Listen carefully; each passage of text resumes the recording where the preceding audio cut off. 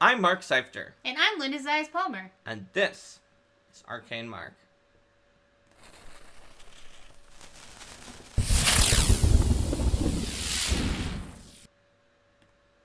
Hello, everyone. Hi, folks. And welcome to GM Tools Efficient GMing.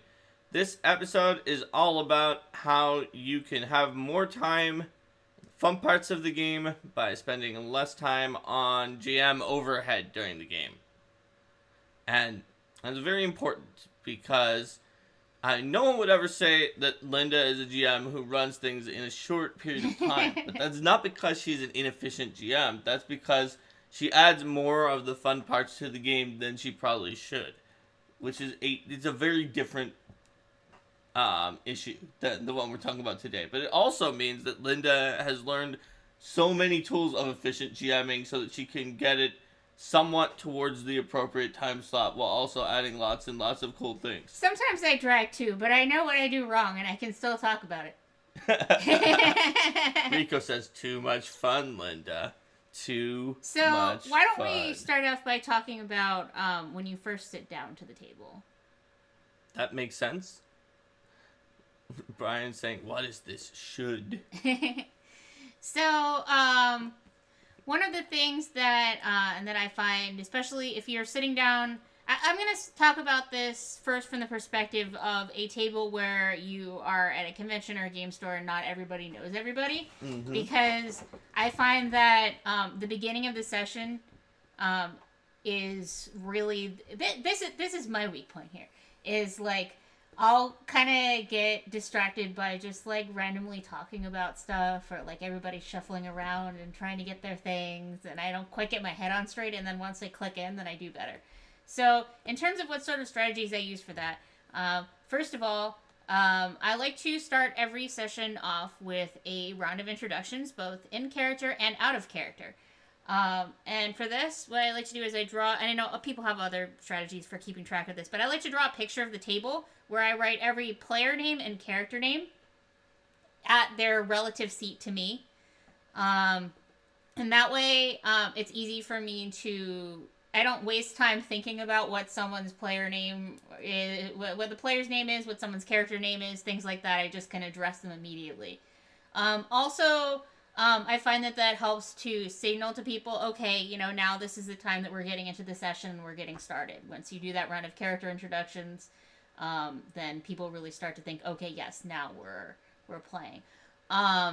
So a lot of times what I do is I'd start with a round of, let's get real names, and then it's like, okay, let's get the character names. So you go to the lodge and the venture captain's not quite there yet, but you see all these other folks. How do you introduce yourself? And that sort of thing. And then it's like, oh yes, and the venture captain invites you in, and then the briefing starts for a Pathfinder Society scenario, or Starfinder Society scenario would work just as well there. So another thing that I can see that drags at the beginning of organized play slots is people getting into like decision paralysis in terms of like, oh, I have these 5 characters in my binder. I could play any of them. No, after you, ma'am. No, after you, sir. I will decide my character after you have decided your character. You get this happening all the time too, Mark. I know. It's just like everybody's like, well, I just want to have the group that works with the party. So providing some guidance when the players get stuck in that deciding who's going to play what phase. Like, okay, well, it's like, let's try to cluster so that we're all around low tier. Let's try to cluster so we're all around high tier so that we can make this a little bit easier. Or, like, one thing that I'll find is, like, people will talk about a few different ideas they're stuck on. I don't know if I'm going to play this character or this character. You can be like, oh, yeah, that one sounds really cool, and compliment one of their characters to help them, like, I just realized I haven't really played much PFS2 because I haven't been able to, but... Mm-hmm. Challenge points not being a degenerate mess of a way to decide which of the sub-tiers you play is going to make it really hard for me to decide characters now. In PFS 1, I usually decided my character because we had lots of groups that were like close to being really screwed by the fact that APL was a horrible measure of what your party could do. And so I would pick a character to make sure we didn't get stuck playing an inappropriate sub-tier. But now... Mm-hmm. I would not have that. So I would have this paralysis Well, possibly. To pick my one thing as a characters. GM that you can definitely do is suggest / bias players toward characters that are going to be more interesting for that adventure or better equipped for that adventure. Mm-hmm. So if we have like an adventure that's about wilderness exploration and someone's like, I don't know if I want to bring my bard or ranger or whatever, then you can be like, well, you know, this one might be good for a ranger.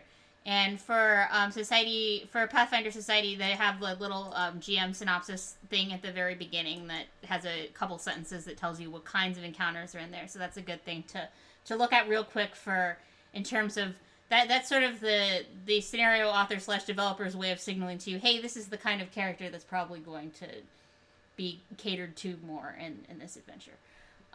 So I guess those are some things about character selection and getting through that name process. One of the things that takes longer during the game itself that you can head off right at the beginning is abilities that, not being blindsided by abilities.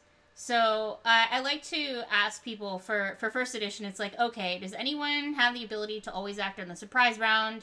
Does anyone have an ability to automatically detect traps or other things?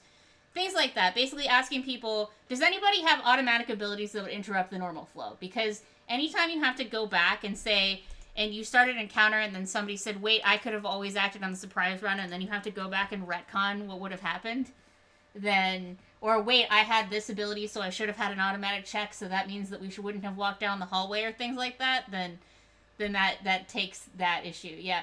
And it says, or does anyone like to detect magic every 20 seconds? Like, getting a sense of if anybody has unconventional strategies or abilities that are going to fundamentally are going to fundamentally disrupt play. But I like to... Pathfinder 2nd Edition helps a lot with dealing with that. So default exploration tactics is a great one to add for 2nd Edition. Mm-hmm. So I like to... But part of the reason I like to ask that question open-endedly, like, does anyone have something they want me to know about their character, is because...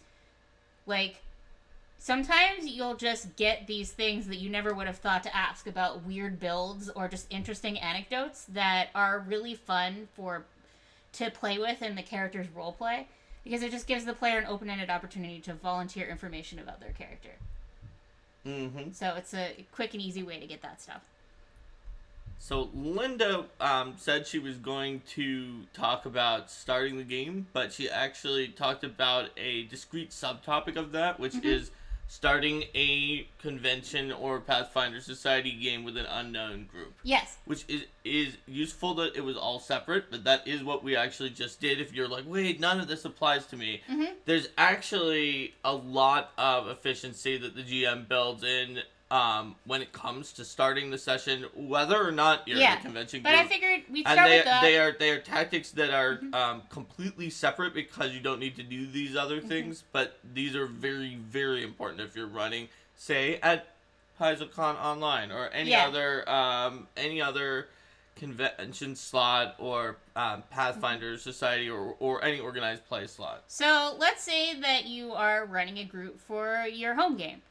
Having a clear and defined sense of the start time and anyone who's going to show up late when they're going to show up is super useful. And that's also important in a convention. It is in a convention that's going to be more defined for you, right, by the convention schedules. But if you're running a game and you're running a home game, it's your responsibility to set those to make sure you know from the beginning when the session is going to start, when the session is going to end, and if anyone needs to come late or leave early, because that can really help you to set the pacing right from the start. You also need to get a sense for the group's desire to schmooze and do random off-topic stuff at the beginning of the session, because it is most efficient, of course, to just not do that, but that's also socially not the right move. No talking.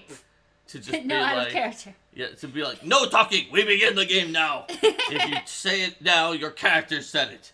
But that's not how you have a fun session necessarily. I mean, maybe your group is really busy and has a very short slot and they want you to do that. But talk to your group, figure out what they want in terms of that, and try to use that time at the beginning of socializing efficiently and not and make sure that people are getting that done and being able to transition in, rather than somebody being like on their phone at first but then coming in and then they start socializing when other people were about ready to start playing. Yeah.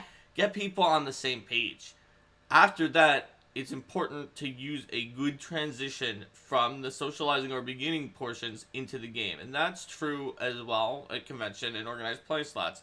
Even if that beginning portion also involves like getting out characters out of binders and moving things around a little more than it might for a home group or introducing yourselves. Having a way that you know you can move in. It helps if you've ritualized it in some way and people understand what you're doing more than it helps to do exactly what we say on this show. So, like, one of the suggestions that we have is to maybe give a slight recap of where the group was just at the end of the last session and then start off by having them something interesting happening. Whether you left it as a cliffhanger before or whether you just have a sort of a slight little wiggle of what's going on that would be pretty obvious transition from what had happened before to where they are now that lets it start with something attention grabbing. There's nothing that slows the transition from social time into playtime, like starting the session off by discussing spells with the wizard and slowly figuring out who's going to sell and buy what treasure and who hasn't leveled up yet and stuff like that. You have to do that in between sessions, pretty much, or at the end of the session. Or if you find that like somebody hasn't leveled up, forgot to level up, you don't have to stop the game for everyone else because they forgot to level up. You can keep things going and then just be like, all right, well, so like you can just give them like a slight adjustment, be like, okay, yeah, second edition, just add +1 to all your rolls for now, and we'll rolls for now. If it's an odd level, check the class feature. It's odd level, check the class feature. Do a quick and dirty level up, and then figure out the rest of your features as we go along. Yep. And so when it comes to that, it's really, really important to grab your group's attention and start with good momentum at the very beginning. Otherwise, like Linda said, it can muddle through. Wait a minute, we could sell this thing, and what spell should we prepare at the beginning? And sometimes you will need to have that happen during the game, but then it's good to have a defined break that you're taking from the main action, where that supports, like, okay, these people have these logistics to do, but this person needs to start, this person's going to order. It's like, okay, you know, Samantha is going to finish leveling up her character because while Bob orders food and that kind of thing. You can have those sorts of times where you're like, okay, let's all split off and do other things and then come back together. Thanks for the cheer, Trippy. Happy May Day. That happens, these kinds of things happen for our group a lot in particular because we're in a bunch of different time zones, which means that people often have to step away for 20 minutes or 15 minutes to get dinner or do something else. So if you have a situation like that, it's good to try to coordinate those stepaways so that when everybody's all together, you're able to all play. That's right. So one of the most important overall tools for efficient GM flow when we're not talking about encounters, something that Yosarian sort of touched around the edges of it earlier with asking, does everyone detect magic every 20 seconds? Which is for a beginning GM or even an intermediate or advanced GM who is really focused on delivering a thorough sort of story where everything is right, and reads all the advice, never railroad. It's like, okay, I'm gonna make sure that my players have a choice at every possible moment. The biggest pitfall and something that you need to practice and learn a little bit more for efficient GMing is that you actually should not be at every moment being like, okay, well, you walk 5 feet forward again. The cobblestones here are a little bit more rough than 5 feet back. Are you going to search in this 5-foot spot? Touch the walls? No, move 5 feet forward again. Okay, Here, Yeah. the cobblestones are a little smoother than that. That last patch was a little rough. But you notice that water has like sort of dripped down the side. You don't actually want A small patch of clover is growing near where the water is dripping. you don't actually want to get too micro and just have players make constant choices Every at time all you search times. the clover patch, there's a 1 in 100 chance you find a 4-leaf clover. Would you like to search the clover patch this round? And I will relate this overall tip to sort of some principles in programming, like lazy evaluation. In computer science, lazy evaluation is when you have a situation where you say, okay, I just need one of these two things to be true. That Linda is sitting next to me, or this complicated math formula. Mm-hmm. Well, if Linda is sitting next to me, I don't have to try to solve the complicated math formula because it's already true, and so you stop. That's sort of how lazy evaluation works. And the opposite side for an and, you stop doing an and when anything in the and is false because you know it can't be right, so you just stop.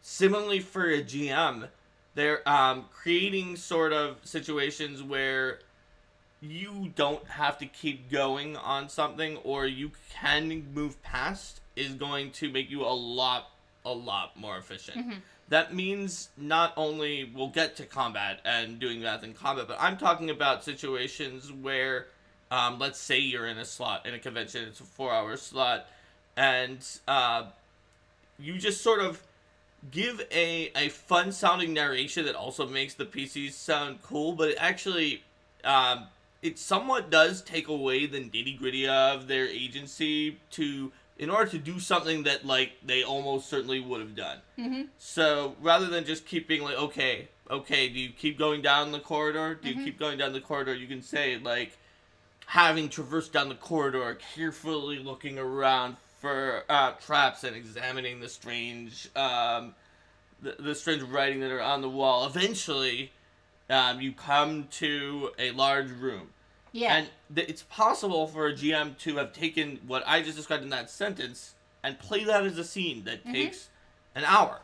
And I'm not even saying that it's necessarily not fun sometimes to play that scene for an hour, because there could be really interesting things with the writing on the wall. It depends on what your group really likes. You might have someone who is a linguist who really wants to get into that. But when it comes to efficient GMing, having little narrations like that to move people onward, and then if they want to stop you and say, hold on, can we stop and talk about the writing on the wall for a little bit? Then you can go back. Then you can go back. But a lot of times people will be okay with that, as long as you're fair and you never use that to be like, and oh yeah, in that narration, by the way, the writing on the wall that I just sort of said you were looking at was an explosive runes and you're all blown up. Yeah, exactly, right? As long as you don't use it to do any kind of gotchas and just sort of to get through obvious stuff, then you can use it to just really help with being efficient. That helps with exploration mode.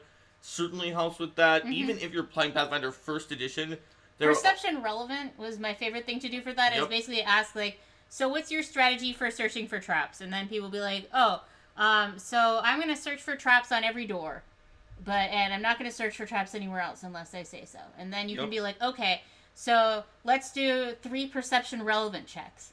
And then the first time that they would roll a perception check against a trap, I pull the first of those, because I don't need because the results of the check are irrelevant if there's nothing to find. That's right. And like, I definitely remember people who were making strawman arguments against probably something involving Take 10 in Pathfinder First Edition, being like, well, if you don't do that, then you have to make 500,000 rolls every time you walk 5 feet if you're searching every 5 feet, and you don't have to do that. You, like Linda said, you can have a perception relevant. You can just say, roll perception, and this applies the first time that there is a thing. Or roll a few. With secret checks, that's even better, because then you can just sort of roll, and you don't have to tell them what it's and then, you don't have to tell them what you were rolling. Whereas with perception relevant, they'll realize that they haven't run out of perception relevance, and so it involves a little bit of meta. But you absolutely don't need to make a ton of rolls if there's not a ton of things to find. Also if you pre-roll and write them down real quick, then that removes the meta of, oh, you rolled, there must have been a thing there. Right. And like Jim says in the chat, you can give a narration of choices at that point in time, or just even what do you do when you set up the situations. Like you narrate them doing an obvious thing in a cool and intelligent way, and then at the end, when there's something that's more of a, but you reach this larger room and there's stalactites dripping to the floor, and you think you see a snake made out of ice, like, in the corner of the room, but you're not sure if it's a statue or a creature, and there's a chessboard with crystalline pieces in the center of the room. What do you do? Yeah. Anytime that you ask what do you do, it's a good idea to, if an open-ended situation, to then have the next thing you do, if you didn't already know, think about 2 or 3 things they could do in this situation. So that if the player's answer to what do you do is, for a while and they get stuck, then you could say, well, a few things you could do in this situation are A or B. Do you want to figure out what's going on with the chessboard? Do you want to look at the chessboard? Do you want to look at the snake and see if it, and cautiously see if it's going to attack you, or if it's just a statue made of ice? Yep. Yeah. Absolutely. So being able to do that, even though it may seem railroady, but offering players who are unsure or have analysis paralysis a list of choices is always a good plan. Yeah, especially because if you sort of like, do you want to A, B, C, or something else? Then there's always the possibility for or something else. And sometimes just giving a list of possible options helps jog their mind, and they'll come up with something completely different they want to do. And sometimes they'll go down one of these paths. But you also didn't say, like, do you want to investigate the snake very carefully by using your long spear by using your long spear and then gently poking it and then rolling this? Like, there's still ways to go about it. You're not completely telegraphing what they're doing. That's right. It's also important that, a good idea of something that you should do should be on the list of things that you give to them. It shouldn't be like, oh, well, yeah, you didn't give them a suggestion about the snake, but if they do anything except investigate the snake, it will poison them. Yeah. Oops, you should have investigated the snake, but you didn't say, you should have investigated the snake. Don't do that. If you give a list, if you're ever sort of using the narrative to move things along, it needs to be in the side of the PCs doing their thing that they expect their characters to do and be good at, and that means that it should not be occluding a good result, because if you do that, then that's going to make the players not want to take your options, not want to do your narration, and always interrupt you, because, like, oh no, you moved us through this corridor the last time, 8 times you did that, that was because you didn't want us searching for a secret thing that was important.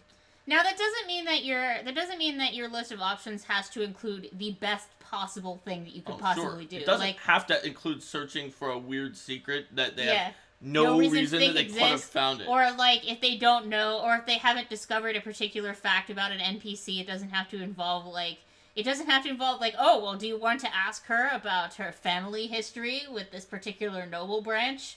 Like, they would have no reason to think of that happens to be a more advantageous thing. But if it's something that you think that the characters would see or notice in that situation reasonably, then then erring on the side of their favor is generally a good call. That's right. So, by virtue of using these sorts of narrative shortcuts combined with, as I defined it before, sort of lazy evaluation, you are actually able to do a whole lot more and focus on the parts that sort of matter the most. And, of course, the parts that matter the most are different for your players than they are for any other group. So it's important to, if you're not in a really time convention slot where you don't really have time to do this, if you're with your home group, to know what they like the most and not skip that and not Mhm. not sort of gloss over that. Even in a convention slot, by mid slot, you generally have I find that you generally have at least some sense of what types of encounters and things and internal memes and stuff like that the group seems to be glomping onto more. That's generally true. You can get a sense. You can see what makes their eyes light up, what makes them start talking, what makes them sort of disengaged, whatever. Yeah. So we're talking here a lot about the overall pacing and your ability to control that and be efficient by virtue of deciding how in depth you're going to go into your descriptions and helping people with option paralysis. That is really the heart of efficient GMing overall. But when it comes to encounters, our game is very complicated. So there's several other pieces of advice that can help you run an efficient encounter. Now, a cool encounter is maybe the thing that your group wants to see the most and spend time on. But that doesn't mean that they want to spend time on some of the things that we're about to tell you how to do more efficiently in combat, because nobody... I think nobody's favorite part of RPGs is watching someone struggle to do mathematical operations on the results of their dice. Even if they love throwing the dice and getting to a large number, it's not like, no, it's taken away from me if you can calculate it quickly. So basically, I'm not saying spend less time in combat because your group might like spending more time in combat. You're sorry, and I have GM'd an encounter with 60 creatures before. I talked about it on the Kingmaker stream. It was not my best idea. I thought it had 63 because it also had that's true. 2 bosses and a demon. Well, it actually wasn't too bad plus because the PCs. I guess I can talk about that as an extension of some of the initiative-based stuff, but in summary, what I did was, because I had so many creatures, instead of rolling for all of them, I said, okay, well, there was something like 2 trolls and 1 troll hound act on each initiative count, only act for the big ones. And then I divided them into, I divided the enemies into, I think, 6 different regions. And those regions were approximately sized based on the AoEs that our party would throw at them. And they were all size large. So... The creatures, so... Yeah. And then I did a little bit of rounding. It's like, okay, yeah, that you can say that damage divided out. Okay, yeah, a few of these are dead. I did some quasi-troop-like stuff in there, but it still took forever. It wasn't really very troop-like, but it was a little bit more like things that some slightly more narrative, but still rulesy games do, where they talk about zones and moving from zone to zone rather than squares on the grid.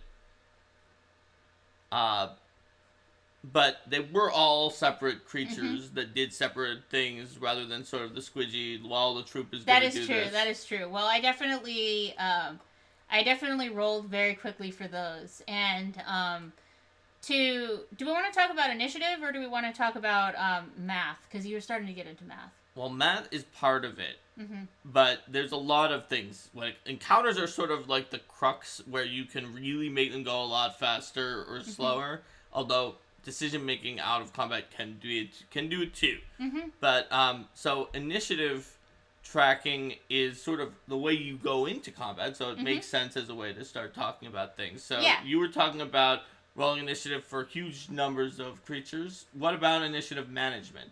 Initiative management? I mean, a lot of people have different strategies for this. I like to use something that allows erasing and movement, ideally. So I might use the corner of a battle map where I can easily erase names and move them as people delay or do other things that manipulate their initiative or as new things come in.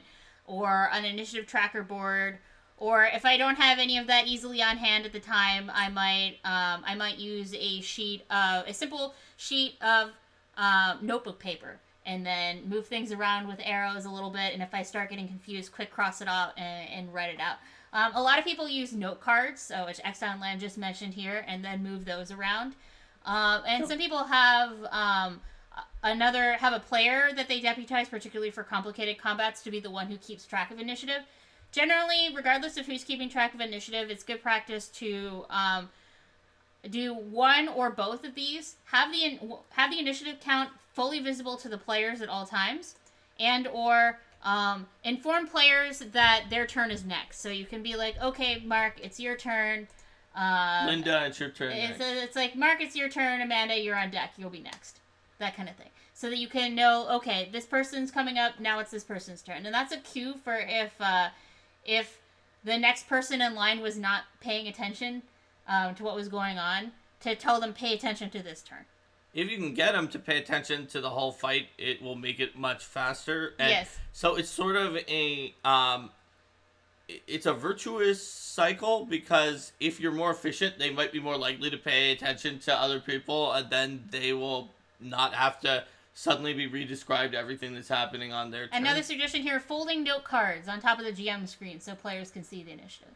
Yep, you can do that. I typically like to just memorize the initiative order and do it that way, but if there's too many, I sometimes just write the initials of characters quickly on my flip mat in marker. For me, anything I have to do with props or with writing things down slows me down, so for my personal efficiency, avoiding writing to the maximum possible extent is a way that helps me.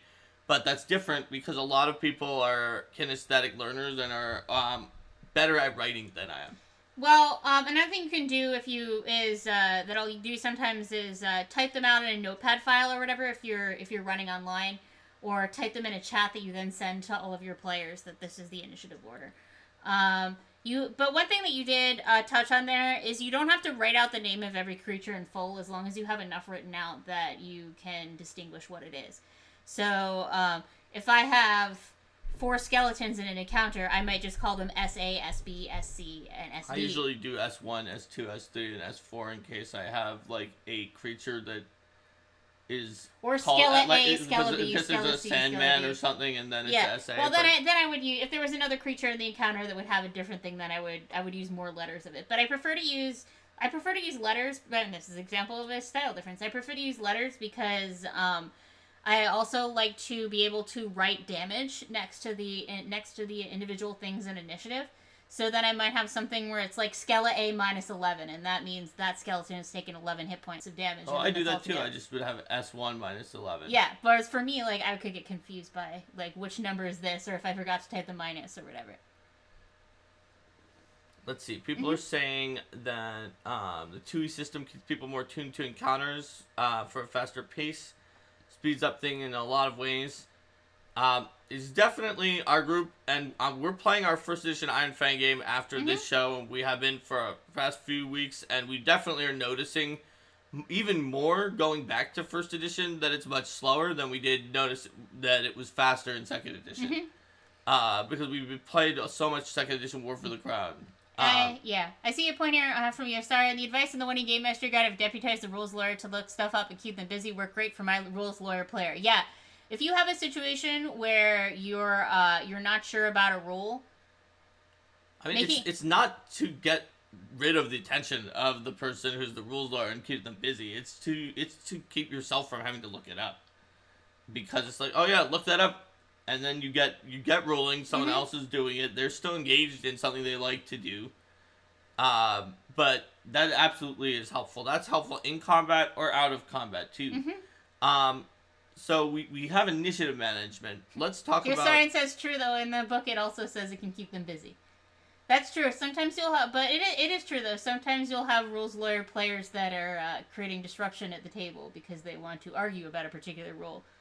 And so, if that is happening, then having them look it up for you can help. Oh, yeah. When you're dealing with disruptions, it can definitely throw off your efficiency. In general, if you have a particularly disruptive player, you're not going to be able to go for the peak of efficiency. You're going to have to go for, like, making sure the game is fun for everyone and dealing with the disruptive player as your priority above being the most efficient that you can in general. But that is a way that you can do both. Yeah.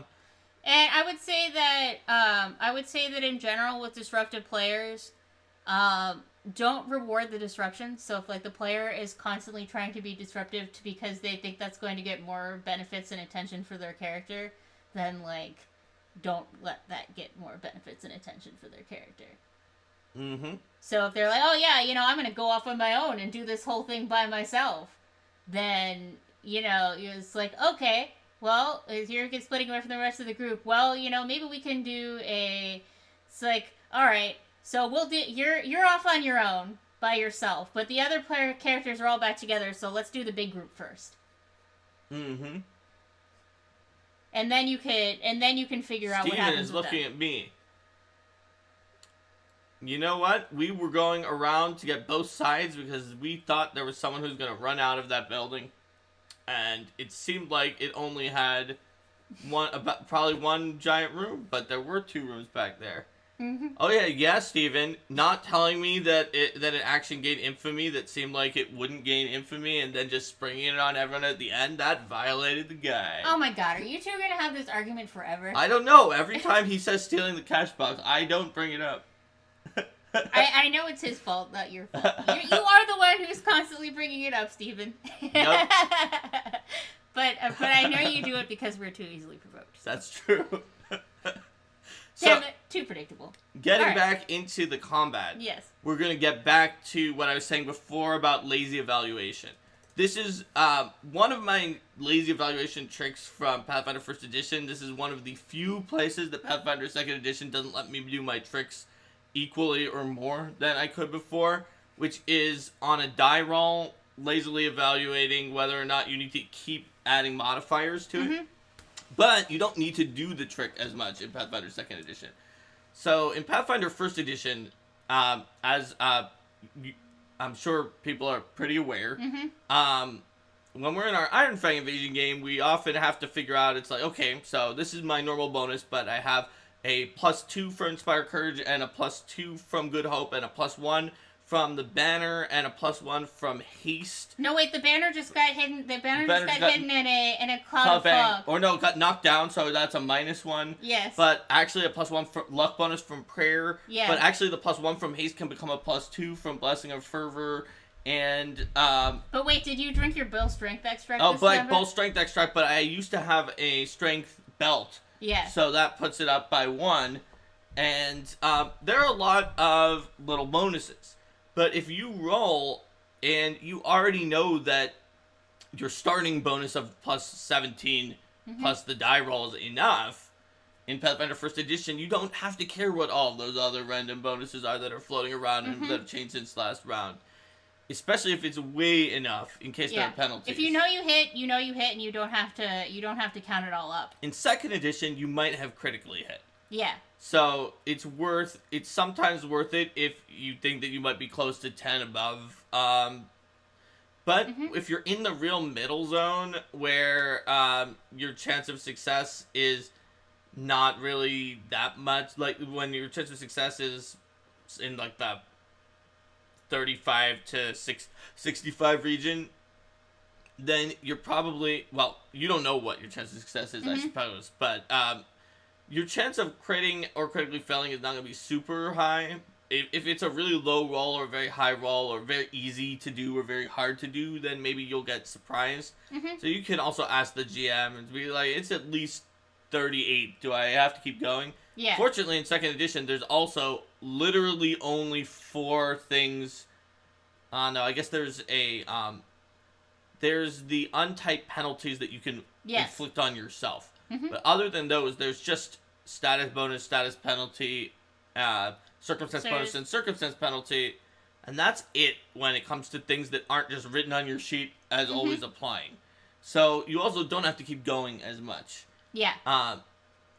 And once you know that, and if your GM told you that if you get the players in the habit of like, oh, well, they knew that a 5 hit on their first roll, so then they know that the 10 is going to hit on their second roll. Right, and a 15 on the third, assuming they're not agile or something. Yeah.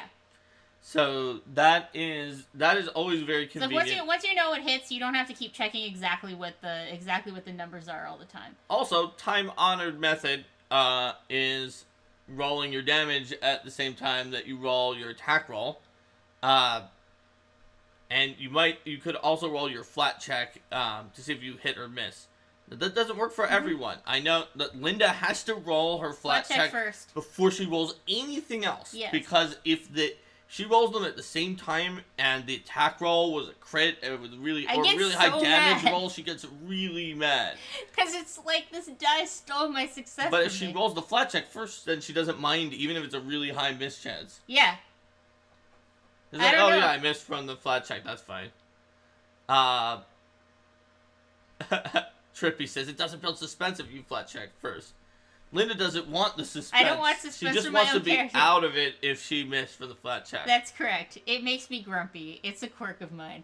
Yosarian wonders if we let the PCs know what the target DCs are. I never do, but if they figure it out by failing, by succeeding with 28 and failing with 27, then I'll say, well, as you may have guessed, it's 28. Yes, this, and then you move on from there, because that's something that the players could have noticed if they were paying super close attention to stuff, so you might as well go and acknowledge that. But if you're running low on time and need to go super efficient, even, then you might consider just telling it to them and having them calculate I remember a recent session where I was running low on time where the AC of the monster was 28 and people kept asking me, does it hit? And I'm like, the AC's 28. The AC's 28. And eventually you wrote AC 28 with giant sparkles around it and like 4-inch tall letters on the battle map. And I'm like, alright, here's the AC. Let me know if you hit or not.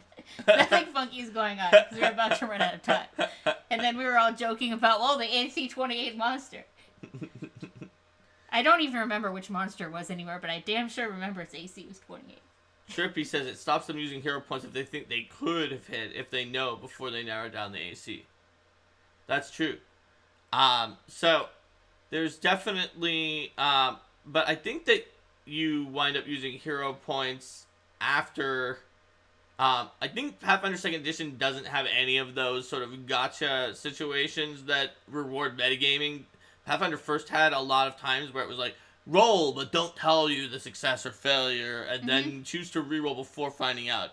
I'm pretty sure 2nd Edition has 0 of those. It's either roll twice at the beginning or reroll after finding out the results, with never the in-between. Oh yeah, here's another one. Rico says that Rico usually has players give numbers so they can apply the different circumstance bonuses and penalties without complicating the player's rolls. So, like, they take care of cover and flanking and things like that. Well, there's a reason why 2nd Edition made cover and flanking both be into the AC side rather than a bonus on the player's roll. And that's for that reason, Rico, because you're the only one who knows if something has the ability to ignore flanking. And so, the player might have already included in 1st Edition the fact that their character was using a menacing weapon without flank and had a +6. But they didn't actually have that +6. Yeah. And they may not have told you that their flanking bonus was +6 in Pathfinder 1st Edition. So you might have just been like, oh, they said 29. I know I should remove 2 because they probably added flank. Do you think that they added flanking and they shouldn't have?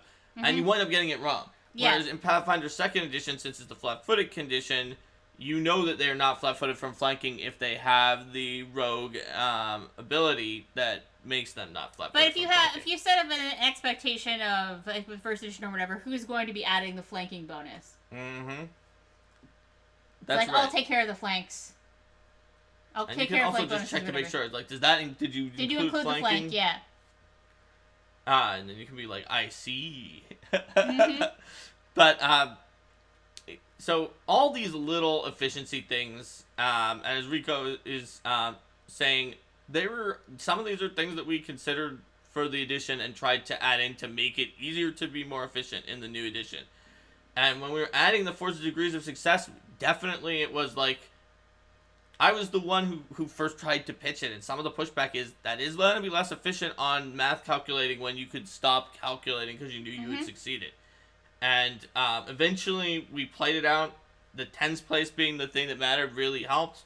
And the amount of benefit it gained was clearly outweighed the extra math. But it was definitely something to think about. All these tiny little things that I guess a player or a GM doesn't necessarily openly notice in the front of their head, but definitely is going to notice over the course of the table, but that a designer needs to be thinking about constantly is how you're making it easier to be more efficient or harder by the very virtue of the system itself. There's some system neutral things that we didn't talk about that we should mention, even though they may be kind of obvious, like making sure you have your materials ready and you have any files you need, you have access to any files you need, everything is downloaded, making sure that players bring whatever supplies they need to run their characters, pre-drawing maps and things like that.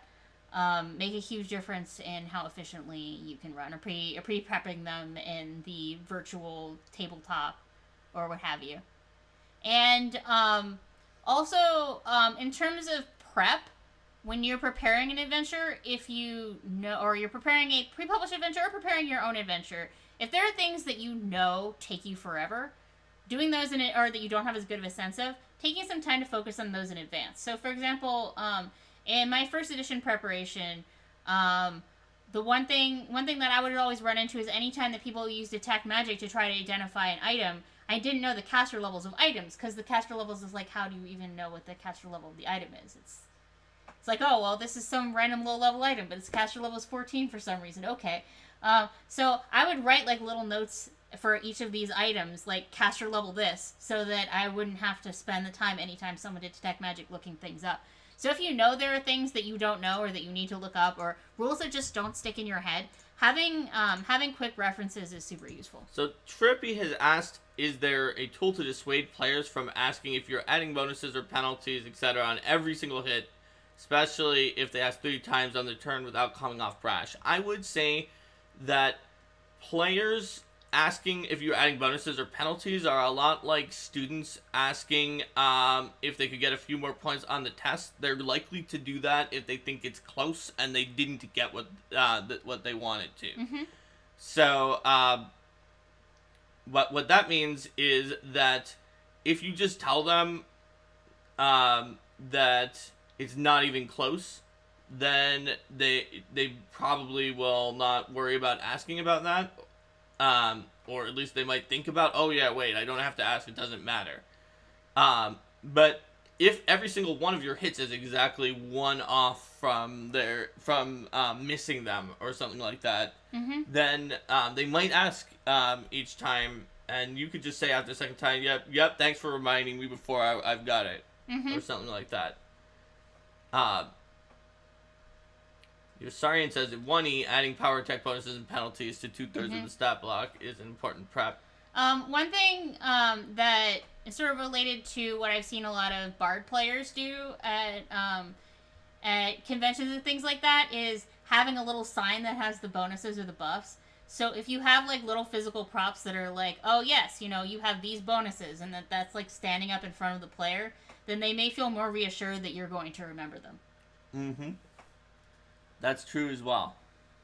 So, props... I've certainly seen players who will just, Bard players who think people aren't adding their buffs will just, like, pick up their sign and tap it on the table. It's like, oh yeah, the Bard. Yeah, Rico says, Rico's like me and is usually asking the players if they're remembering the bonuses or some other thing. Players know that Rico's a robot that rarely overlooks a bonus penalty that comes up a lot. Exxon says you can write them on the map for VTT. Yeah, totally. Yep. Absolutely. Having some kind of visual reminder of the existence of a buff is useful. Using different styles of thinking and learning, like putting a visual reminder, are a good way to play efficiently. If you know the way that your group thinks, it can help you a lot. That also means if you're like running your own content and you're not as good at like describing the scene that they see, you might be able to find a picture online and use that and just like, here, it looks just like this. There's also ways to telegraph that you're adding the buffs. Let's say that so instead of having someone ask like, oh, did you remember the Bard song? Like when they hit with the Bard song, then you can be like, yes, your sword comes in and it just grazes against the hair of the orc.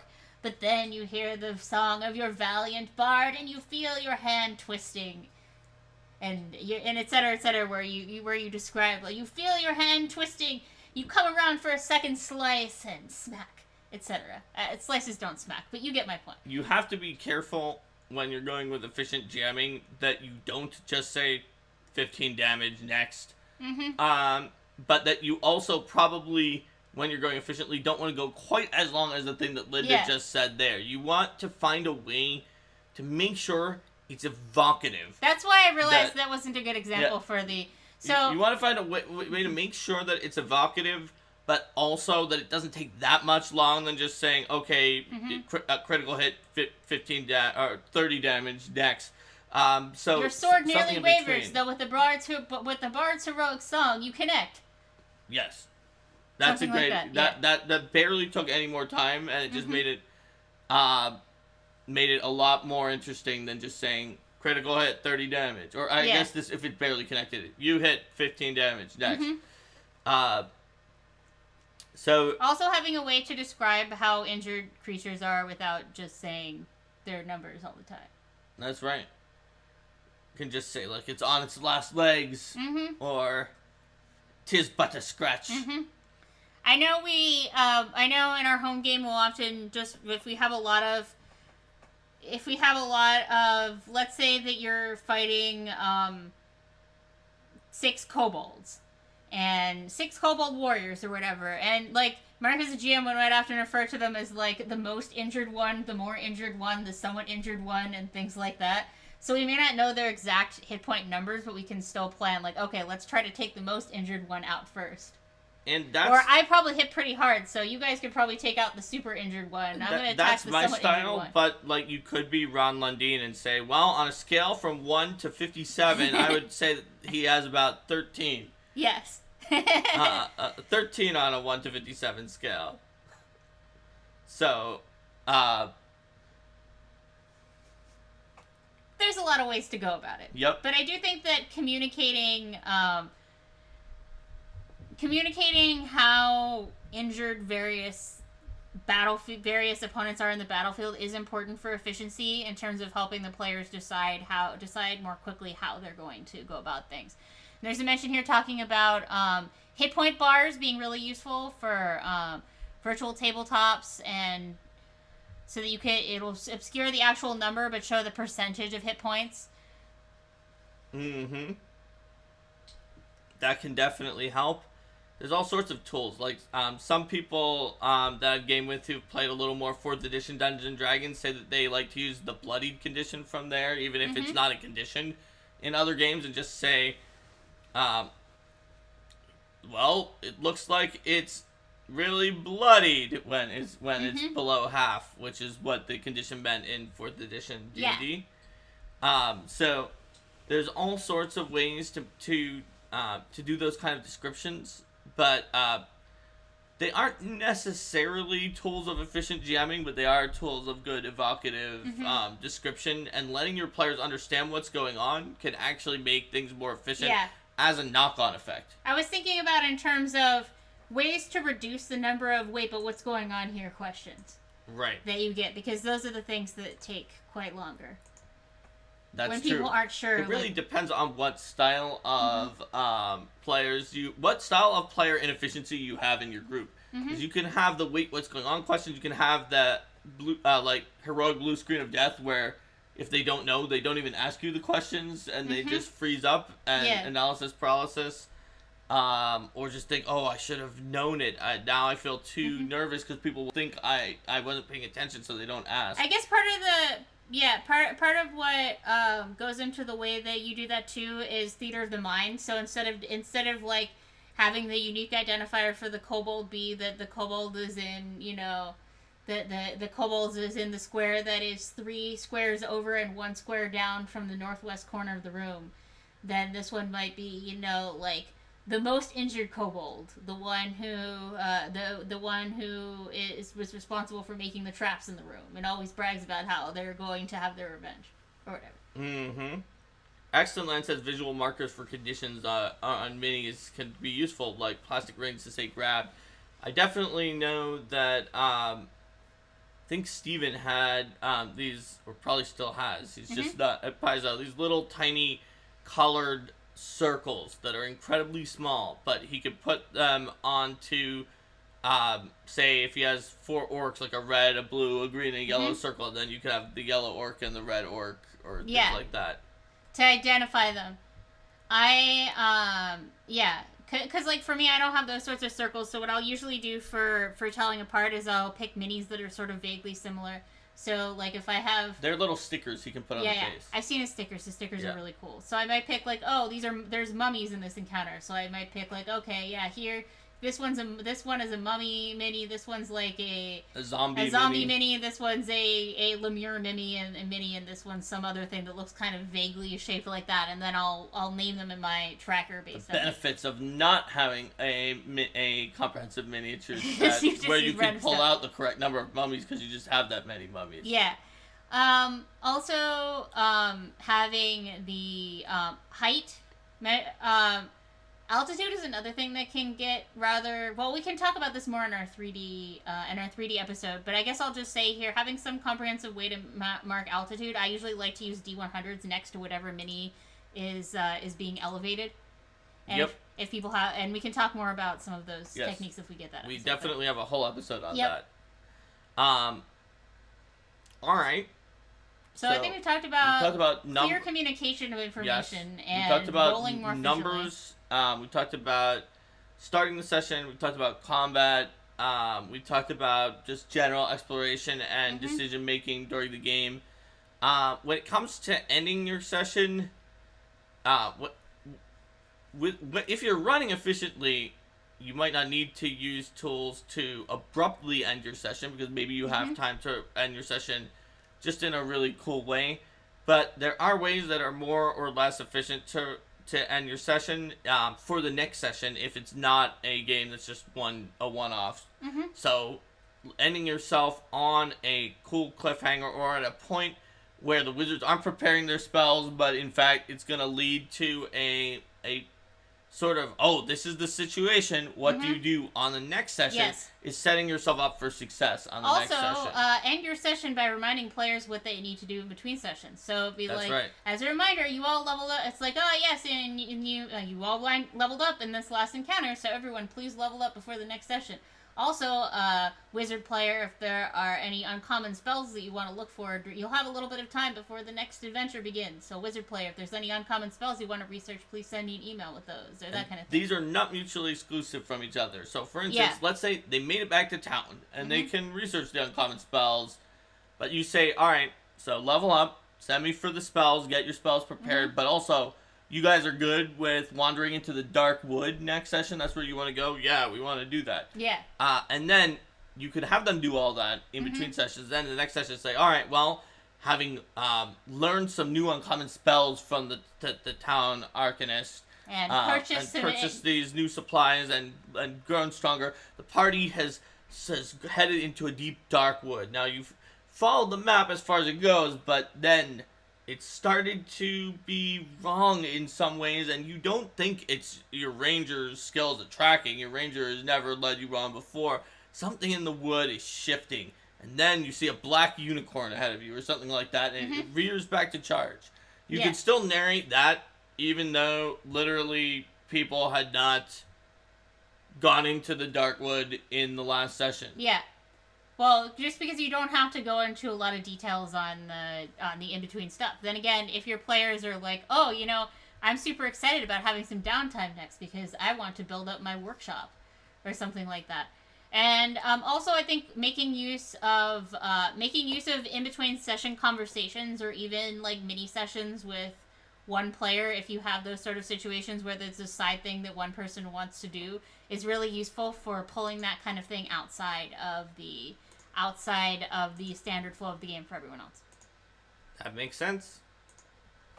So I think that about covers it. Yep, pretty efficient if you ask me.